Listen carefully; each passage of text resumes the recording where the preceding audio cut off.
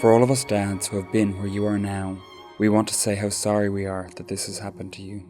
We know that the hurt you are feeling is absolutely crushing, both physically and mentally. Dads, there's an expectancy that you are the hunter-gatherer, you know, that you will... sort it all out. Yeah, sort it all out. And it's a bit unfair on dads, you know, and dads I've met, a lot of them do get on with it. And they probably, even though they may not go through a sort of Anam Cara process, they will develop some coping mechanism. You know, I know dads that told me they go out to a shed and they have their moment there and they'll cry and they'll be very emotional. And then, like most of the bereaved, we all at times, when we ever, you know, break down, and I've done it in my work, and then you pull yourself together and you put this mask on. There's a call to action, I suppose, from a father's point of view.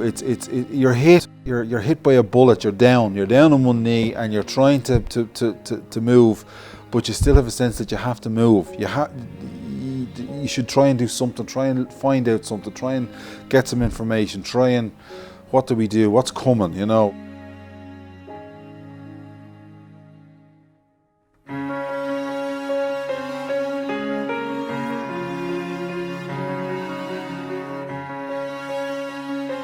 Often in public there's this different expectation of male and female. So it can be really challenging for a father to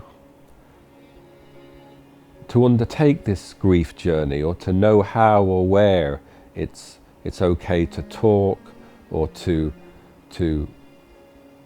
be expressive around the tasks of grieving and loss that we have to process. I'd listen to friends and family saying, you know, that I would have to be strong and get the family back in some sort of order and get it functioning as a family, and you know, and I suppose I listened to that, you know, and which I shouldn't, because I didn't really grieve the first year there, and then it hit me, you know, maybe after a year, and just poleaxed now. You know, the same men grieve different women, and you know, it is true. And you know, I was trying to be strong for Rachel and for the children, and trying to get some sort of normality. A lot of dads will tell you that actually it's the guy who was in work who had a loss himself. Not necessarily the loss of a child, but who has had a loss in recent years himself, is often the one that will reach out when you go back to a workplace. So I think that's very, very important, that our menfolk aren't left isolated in their grief. In the beginning, there's so many emotions going through you, you know. You have anger and rage and fear and, you know, loss. And it's not knowing what you're actually feeling, I think. In the beginning,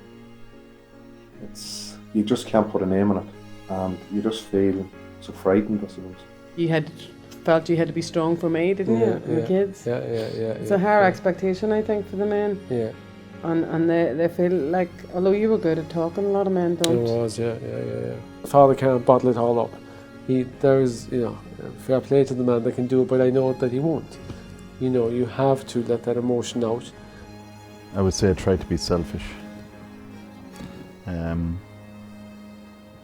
Do as much as you can for yourself, because by nature you're going to help your family anyway. So you got to think of yourself more. Be kind, but be kind to yourself more so than that else. In grief, there is a fundamental change happening. Life will never be the same again. The loss is shocking, but we carry on.